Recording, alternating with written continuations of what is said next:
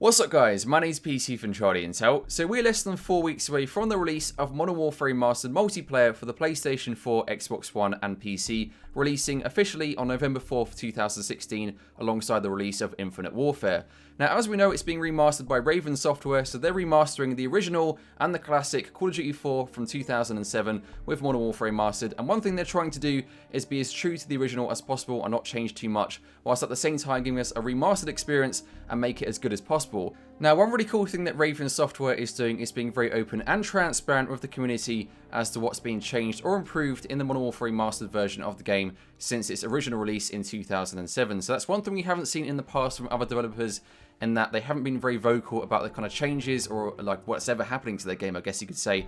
Whereas Raven are being very open and vocal, letting us know what's going on, letting us know what they're doing behind the scenes. So once the game comes out, we can base our expectations based on the kind of changes they have announced or made clear to us on Twitter, as opposed to being left in the dark and not knowing what's going on. So it's really cool to see, and I'd like to see more of that from Infinity Ward, Treyarch and Sledgehammer Games in the future. Hopefully they'll do that, but otherwise it's really refreshing to see that Raven are of course on the ball with communicating what they're changing and doing with their game to us, the fan base in the Call of Duty community.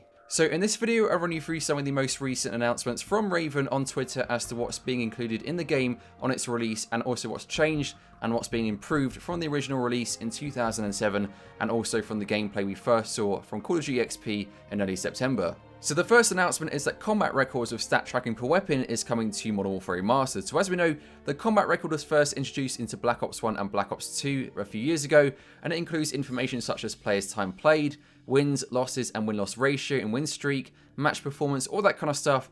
And ultimately it's an informational tool, so it's just there to show you information about your personal performance in the game and also view the performance of other players in the game as well. So really, it won't impact the gameplay of the game itself, and if anything, once we've played the game for many months or many years, it's going to be really, really cool to see our combat records and to share them on Twitter, compare them and all that kind of stuff as well. So in my opinion, a really cool feature, and I think it fits well into Modern Warfare Remastered. Next up, Raven announced that bots are coming to private match options. So for those of you who want to play against bots or just get some practice in general, you can now do so in Modern Warfare Remastered Multiplayer upon its release. Raven has also announced the ability to disable medals in Modern Warfare Remastered. Now, as we know, the original game in 2007 did not have a medal system. However, Raven decided to include that in the remastered version, likely with the best intentions, but of course the community did not respond well to that. So now you have the option to disable it completely. If you don't mind them, you can keep it enabled and of course experience the new medal system in Modern Warfare Remastered.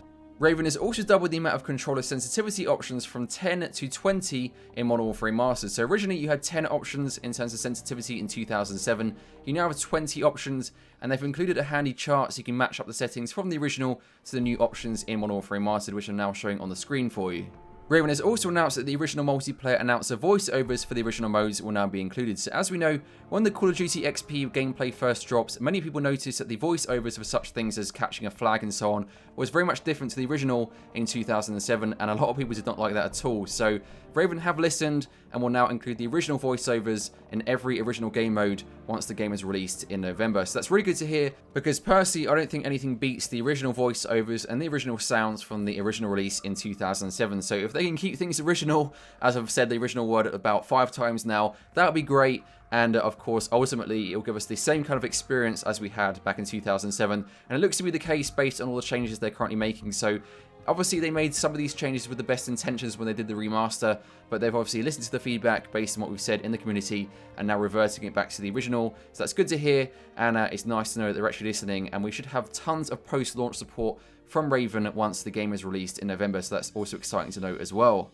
Anyway guys, that's everything announced in the last 7 days on Twitter from Raven in terms of the changes and updates in Modern Warfare Remastered. Let me know what you think about all this in the comment section below, and make sure you leave a like if you're excited for Modern Warfare Remastered releasing in November 2016. As always, make sure you subscribe for further Charlie Intel content every 1 to 2 days. I appreciate you watching all my videos, and a huge thank you to all the likes, comments and subscribers to my channel so far. Thanks for watching guys, and see you in the next one.